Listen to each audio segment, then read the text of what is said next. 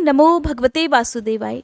आश्विन मास के शुक्ल पक्ष की एकादशी को पापांकुशा एकादशी का व्रत रखा जाता है और यह एकादशी पाप रूपी हाथी को महावत रूपी अंकुश से बेंधने के कारण पापांकुशा कहलाती है, अर्थात सभी पापों पर अंकुश लगाने वाली एकादशी, सभी पापों का नाश करने वाली एकादशी।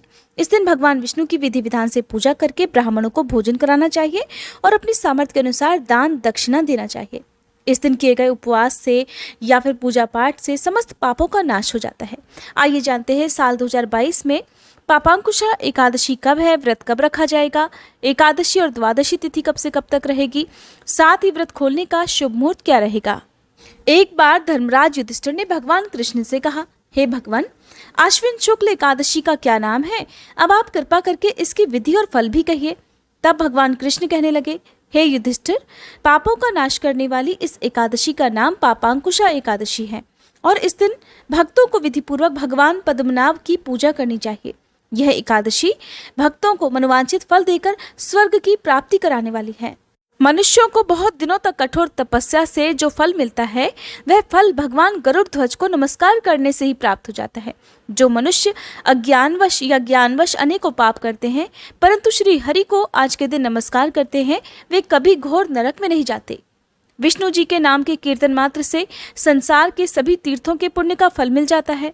जो मनुष्य शांग धनुषधारी भगवान विष्णु की शरण में जाते हैं उन्हें कभी भी यम यातना नहीं भोगनी पड़ती। और जो मनुष्य वैष्णव होकर शिव की और शैव होकर विष्णु भगवान की निंदा करते हैं वे मनुष्य अवश्य ही नरकगामी होते हैं। सहस्त्रों वाजपेयी और अश्वमेध यज्ञों से जिस फल की प्राप्ति होती है वह एकादशी व्रत के 16वें भाग के बराबर भी नहीं होती।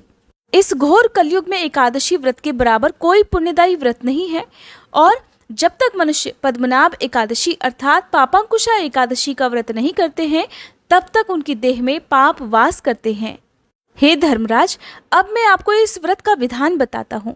सबसे पहले सुबह जल्दी उठकर स्नान करें, फिर सूर्य देव को अर्घ्य दें, इसके बाद अपने पितरों के नाम से जल अर्पित करें, फिर भगवान विष्णु की पूजा करें। भगवान विष्णु के सामने व्रत का संकल्प लेकर भगवान विष्णु के मंत्रों का जाप करना चाहिए। धूप दीप जलाकर भगवान श्री विष्णु को तुलसी दल और जल के साथ मौसमी फल अर्पित करने चाहिए। अपनी सामर्थ्य के अनुसार आज के दिन दान दक्षिणा देनी चाहिए। सबसे अंत में व्रत की कथा पढ़कर और सुनकर फिर कपूर जलाकर आरती करनी चाहिए। इस दिन किए गए दान का कई गुना पुण्य प्राप्त होता है, इसलिए घर पर आए हुए किसी भी याचक को खाली हाथ नहीं भेजना चाहिए। एकादशी व्रत में चावल वर्जित है, इसलिए इसका सेवन भूलकर भी आज के दिन नहीं करना चाहिए। एकादशी के दिन किसी पर भी क्रोध नहीं करना चाहिए।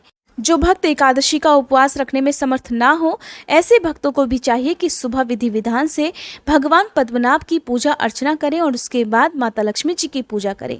व्रत की कथा पढ़नी और सुननी चाहिए और अपनी सामर्थ्य के अनुसार दान दक्षिणा देनी चाहिए।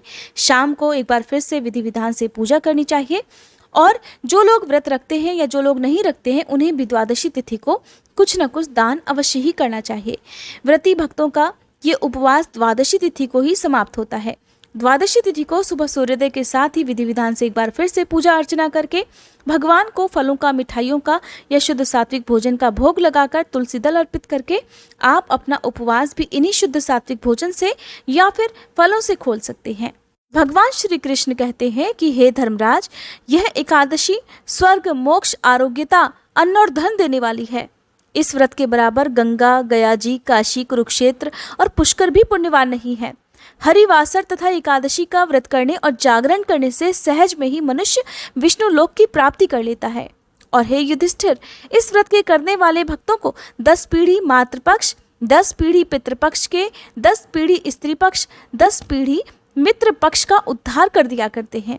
ये भी माना जाता है कि पापांकुशा एकादशी व्रत का पालन किए बिना किसी भी व्यक्ति को उसके पापों से कभी मुक्ति नहीं मिल सकती और फिर उनके ये बुरे पाप जीवन भर, यहाँ तक कि अगले और पिछले जन्मों में भी उनका पीछा करते हैं।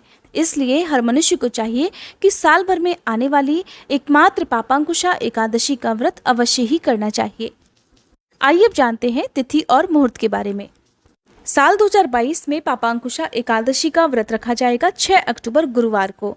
और क्योंकि इस बार एकादशी की तिथि 2 दिन तक रहने वाली है, तो ऐसे में आप लोगों के मन में असमंजस हो सकता है, क्योंकि एक दिन पहले दशहरा है, इसलिए जो उपवास है वो 6 अक्टूबर गुरुवार को ही रखा जाएगा और अगले दिन 7 अक्टूबर शुक्रवार को व्रत खोला जाएगा। एकादशी की तिथि प्रारंभ होगी 5 अक्टूबर बुधवार की दोपहर 12:01 से और इसकी समाप्ति होगी 6 अक्टूबर गुरुवार की सुबह 9:40 पर। इस तरह से उदया तिथि और द्वादशी तिथि युक्त जो एकादशी का दिन है वो 6 अक्टूबर को ही रहेगा। एकादशी के दिन सूर्योदय का समय रहेगा सुबह 6:17, सूर्यास्त का समय रहेगा शाम 6:02 और 7 अक्टूबर शुक्रवार को जिस दिन व्रत खोला जाएगा सूर्योदय का समय रहेगा सुबह 6:17 और सूर्यास्त का समय रहेगा शाम 6:01 पर। द्वादशी तिथि प्रारंभ होगी 6 अक्टूबर गुरुवार की सुबह 9:41 से और समाप्त होगी 7 अक्टूबर शुक्रवार की सुबह 7:26 पर। जो भी भक्त एकादशी का उपवास रखेंगे उन्हें उपवास खोलना होगा 7 अक्टूबर शुक्रवार की सुबह 6:18 से लेकर 7:25 तक। आपको ध्यान रखना है कि इसी शुभ मुहूर्त में आपको उपवास खोलना है, क्योंकि इसके बाद से त्रयोदशी तिथि प्रारंभ हो जाएगी और जिस दिन प्रदोष व्रत रखा जाता है। तो इस बार द्वादशी तिथि और प्रदोष व्रत एक ही दिन होगा।